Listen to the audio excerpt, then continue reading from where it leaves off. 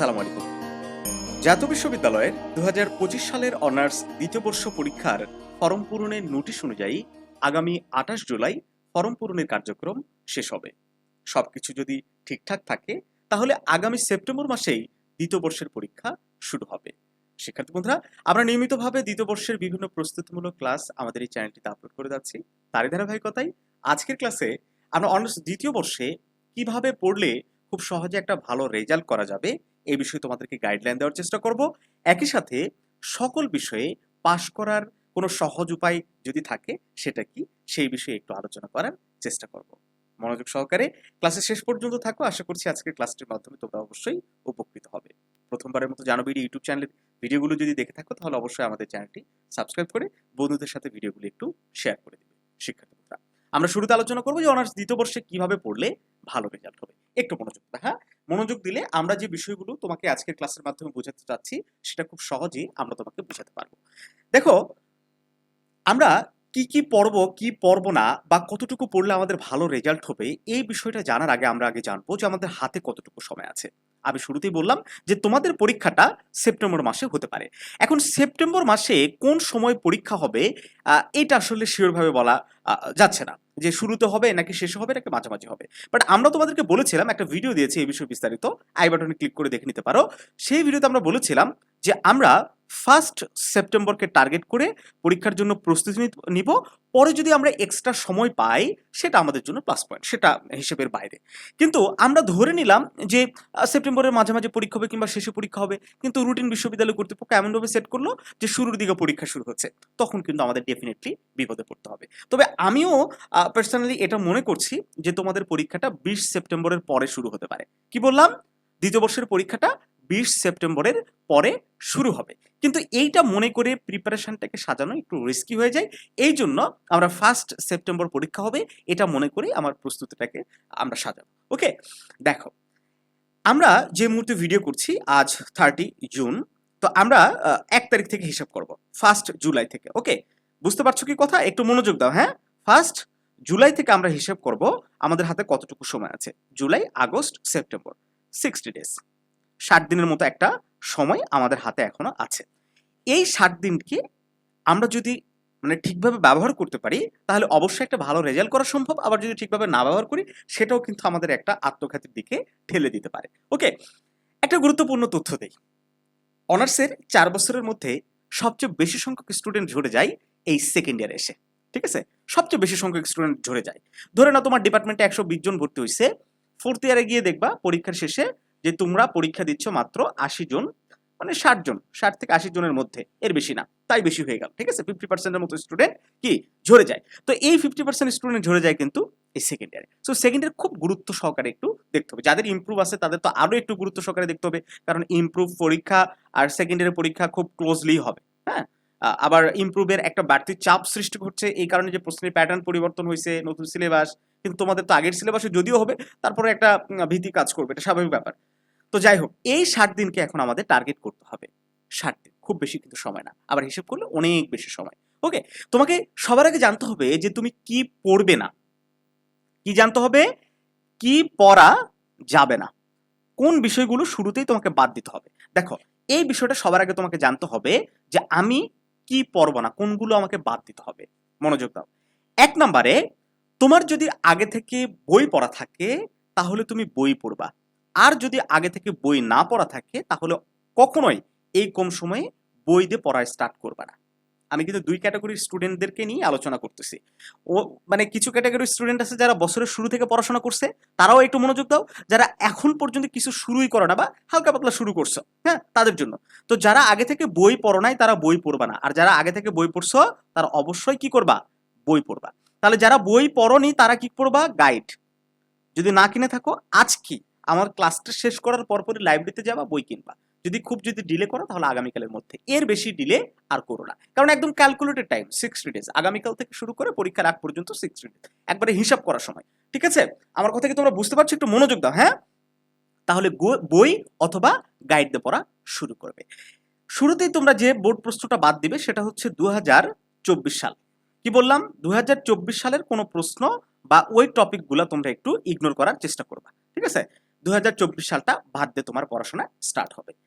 এখন এই 60 দিনের মধ্যে তুমি যদি সবগুলো টপিক ক্লিয়ার করতে চাও, এটা একটা অনেক সময় সাপেক্ষ ব্যাপার। এটা আসলে ওইভাবে পড়া সম্ভব হবে না তোমাদের জন্য। আবার অনেকের হয়তো হবে, বাট অধিকাংশ স্টুডেন্টের সম্ভব হবে না। এই জন্য তোমাকে একটা সাজেশন অনুযায়ী পড়তে হবে, একটা গোছানো সাজেশন, যেটা ফলো করলে আসলে কোন কোন টপিক এবারের পরীক্ষার জন্য গুরুত্বপূর্ণ, এই জিনিসগুলো সম্বন্ধে একটা যেন ধারণা হয়ে যায়, গুরুত্বপূর্ণ টপিকগুলো যেন কোনোভাবেই বাদ না যায়। এটার জন্য বাজারে যে কোনো একটা সাজেশন ফলো করতে পারো। হতে পারে সেটা কি ব্যতিক্রম, হতে পারে দিগদর্শন, সবগুলো বই ভালো। তারপরে হতে পারে লেকচার, হ্যাঁ লেকচার প্রকাশনীর বইও কিন্তু অনেক ভালো। ওকে, নবদূত, আবার সায়েন্সের ডিপার্টমেন্টের জন্য রয়েছে রেনেসা। যে যে সাজেশন পারো, একটা যে কোনো একটা সাজেশনকে টার্গেট করে তোমার পড়াশোনাটাকে স্টার্ট করতে হবে। গুরুত্বপূর্ণ গুরুত্বপূর্ণ বা বোর্ড প্রশ্ন, যেহেতু জাতীয় বিশ্ববিদ্যালয়ের অধীনে তুমি একটা বছর পরীক্ষা দিয়ে এসেছো, সো তোমার একটা কিন্তু অভিজ্ঞতা হয়ে গেছে যে কোন প্রশ্নগুলো এবারের জন্য গুরুত্বপূর্ণ। হ্যাঁ, সেই জায়গা থেকে সবার আগে গুরুত্বপূর্ণ প্রশ্নগুলো পড়ে শেষ করবা। দেখো, যাদের আগে থেকে পড়া ছিল তারা কি করবা, এই যে 60 ডেজ এইটাকে তুমি দুইটা পার্টে ভাগ করবা। যাদের আগে থেকে পড়া ছিল তারা মোটামুটি 45 দিন একদিকে রাখবা। কয় দিন? 45 দিন। এই 45 দিন তুমি নতুন পড়া পড়বা। যদি কোনো কিছু টপিক বাদ থাকে বা যেগুলো হয় নাই, যেগুলো তোমার কাছে কঠিন মনে হয়, যে সাবজেক্টটা তোমার কাছে একটু কঠিন মনে হয়, সেইটাতে তুমি বেশি ফোকাস দিবা এই 45 দিন। দেখো, টাইমটাকে ছোট ছোট ইউনিটে ভাগ করলে তোমার যে টার্গেট সেটা অর্জন করা সহজ হয়ে যাবে। এই 45 দিন কি করবা, নতুন টপিক বা নতুন সাবজেক্ট বা যে সাবজেক্টে তোমার দুর্বলতা আছে সেইটাতে একটু ফোকাস করবা এই 45 দিন। আর বাকি 15 দিন কোনো নতুন পড়া পড়বা না। এই ভুলটা করবা না, 15 দিন কোনো নতুন পড়া পড়বা না, ঠিক আছে? নতুন পড়া যাবে না। এই 15 দিন করবা কি, যা পড়েছো সারা বছর ধরে এই 60 ডেজ বা তার আগে যা পড়েছো সবকিছু কি করবা, রিভাইজ করবা এই 15 দিন। ওকে, রিভাইজ করবা রেগুলারলি, হাতের এই খাতায় লিখবা, নিজে নিজে একটু টেস্ট দেওয়ার চেষ্টা করবা। তাহলে দেখা যাবে যে প্রস্তুতিটা অনেক বেশি স্ট্রং হবে। যা পড়েছো সেটা আসলে তুমি খাতায় ওইভাবে একটা তুলে ধরবা, মানে ধরতে পারবে। দেখো, অনার্সের সিলেবাস বা পড়া অনেক কঠিন কিন্তু না, বাট আমাদের ওই কনসিস্টেন্সি বা ধারাবাহিকতা বা প্রতিদিন যে একটা পড়ার ব্যাপার স্যাপার, এই বিষয়টা না থাকার কারণে বিষয়গুলো আসলে অনেক বেশি কঠিন হয়ে যায়। বাট আমার কথা একটু মিলাই নাও, এই 60 দিনের একটা মানে প্রপার রোড ম্যাপ নাও, রেগুলার পড়াশোনা করো, দেখো ডেফিনেটলি তোমার অনেক ভালো রেজাল্ট হবে, ঠিক আছে? আর যাদের আগে থেকে কিছুই পড়া নাই, যাদের আগে থেকে কিছুই পড়া নাই, আজকে থেকে যারা বা আগামীকাল থেকে যারা শুরু করবে, তাদের জন্য মোটামুটি এই থিওরিটাই হচ্ছে যে 45 দিন একবারে সম্পূর্ণ নতুন, কিংবা আরো 5 দিন তুমি বাড়াই নিতে পারো, 50 দিন। হ্যাঁ, 50 দিন তুমি কি পড়বা, নতুন পড়বা, বাকি 10 দিন শুধু রিভাইজ করবা। ওই 10 দিনের কোনো নতুন পড়া আর পড়বা না, যা পড়েছো পড়েছো, ঠিক আছে? যেটা বললাম, তাহলে মোট কথা কি, দেখো তোমার অবশ্যই তুমি কি পড়বা কি পড়বা না এইটার একটা ক্লারিটি তোমার কাছে থাকা দরকার। একটা ভালো সাজেশন তোমাকে নিতে হবে। তো এই জন্য আমাদের যে সাজেশন, জানোবিডি সাজেশন, সেটাও তোমরা সংগ্রহ করতে পারো। ওকে, জানোবিডি সাজেশন থেকে তো কেমন কমন পড়ে এটা তোমরা জানো। আমাদের সাজেশনে কমন পড়ুক বা না পড়ুক এটা পরের বিষয়, আমি ওই বিষয়ে তোমাদেরকে কোনো কিছু বলতে চাচ্ছি না। বাট এইটুকু বলবো যে আমাদের সাজেশনে যে প্রশ্নগুলো আমরা দিয়েছি, এই প্রশ্নগুলো এবারে পরীক্ষার জন্য সবচেয়ে বেশি গুরুত্বপূর্ণ, একেবারে বাছাই করা টপিক। সো এই সাজেশনটা তোমার মানে শর্টকাটে একটা প্রস্তুতি নেওয়ার ক্ষেত্রে খুবই বেশি হেল্প করতে পারে শিক্ষার্থী বন্ধুরা। এর পাশাপাশি তোমাকে আরেকটা বিষয় খেয়াল রাখতে হবে, যে কোন সাবজেক্টগুলোতে প্রতি বছর অনেক বেশি সংখ্যক স্টুডেন্ট ফেল করে। তো যে সাবজেক্টগুলোতে স্টুডেন্ট ফেল করে সেই সাবজেক্টগুলোতে একটু বাড়তি গুরুত্ব দিতে হবে। কারণ ইতিহাস তো ঘুরে ফিরে আসে, তাই না? গত বছর যে সাবজেক্টের মানে একটা সাবজেক্টের স্টুডেন্ট কেন ফেল করে, ওই সাবজেক্টটা নিশ্চয়ই কঠিন, স্টুডেন্টরা পারে না, এই কারণে ফেল করে। সো তোমাকে ওই সাবজেক্টটিতে গুরুত্ব দিতে হবে যাতে তোমার সাথে ওই ঘটনাটা না ঘটে। যেমন ইংলিশ কম্পালসারি একটা সাবজেক্ট আছে, সবচেয়ে বেশি সংখ্যক স্টুডেন্ট ফেল করে। এই যে গতকাল বোর্ড চ্যালেঞ্জের রেজাল্ট দিছে, তুমি জানো কত মানে অধিকাংশ স্টুডেন্টই এই সাবজেক্টে বোর্ড চ্যালেঞ্জ করেছে, কারণ এই সাবজেক্টে ফেল ছিল। ও মনে করছে, ওই স্টুডেন্টটা মনে করছে যে ফেল কোনোভাবে সম্ভব নয়, কিন্তু ফেল করে গেছে।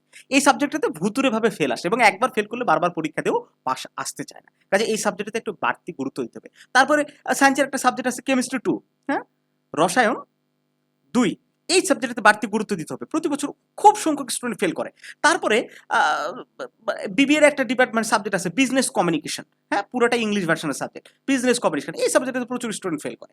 সো এই সাবজেক্টগুলো যেগুলোতে একটু ফেল করার হার বেশি, ওই সাবজেক্টগুলোতে বাড়তি খেয়াল দিতে হবে। তো শিক্ষার্থী বন্ধুরা, ইংলিশ কম্পালসারি এই সাবজেক্টটাতে ফেল করার সবচেয়ে বেশি সংখ্যক স্টুডেন্ট ফেল করে, এটার কারণ যে অধিকাংশ স্টুডেন্ট আসলে সাজেশন দেখে পরীক্ষা দিতে চায়, বাট এই সাবজেক্টটা আসলে সাজেশন দেখে হয় না। এই সাবজেক্টটা গ্রামার পার্ট গুরুত্ব দিতে হয়, কেন ফেল করে এটা না আমাদের একটা ভিডিও আছে, এটা তোমরা দেখতে পারো। তো এর ফাঁকে আমি ওই সাবজেক্টটা নিয়ে একটু কথা বলতে চাই, তারপরে বিজনেস কমিউনিকেশন নিয়েও কথা বলতে চাই। আমাদের একটা কোর্সে ভর্তির একটু অ্যাডভার্টাইজমেন্ট করবো, ঠিক আছে, 1 মিনিট, তারপরে আমরা মূল আলোচনায় যাবো। দেখো আমরা যদি আমাদের কোর্সের কথা না বলি সেটা তো তোমরা জানবাও না, তাই না? যাদের পছন্দ হয় তারা ভর্তি হতে পারো। হ্যাঁ, দেখো এই কোর্সে ভর্তি হলে শুরুতে আমরা কি করব, এই ইংলিশ কম্পালসারি যে সাবজেক্টে সবচেয়ে বেশি ফেল আসে, এই সাবজেক্টের A to Z আমরা detail live plus recorded class দেবো। সপ্তাহে 3 দিন করে ক্লাস হবে, এক্সাম শেষ না হওয়া পর্যন্ত ক্লাস চলবে, যাতে করে গ্রামার পার্টটা আমরা ভালো করে তোমাদেরকে বুঝাইতে পারি, প্র্যাকটিস করাইতে পারি। এই সাবজেক্টে কোনোভাবে যেন তোমার আর ফেল না আসে। এটা একটা নন ক্রেডিট সাবজেক্ট। দেখো মারাত্মক একটা বিষয় কি, non credit subject. Non credit মানে কি, এই সাবজেক্টে তুমি A+ পাও আর D গ্রেড পাও, ডাজন্ট ফ্যাক্ট, রেজাল্টের উপর কোনো প্রভাব পড়বে না, বাট ফেল করলে সার্টিফিকেট পাবে না, ঠিক আছে? তো সো পাস করলেই যথেষ্ট। তো এইটুকু কেন করতে পারো না তোমরা? হ্যাঁ, কেন হয় না পাস?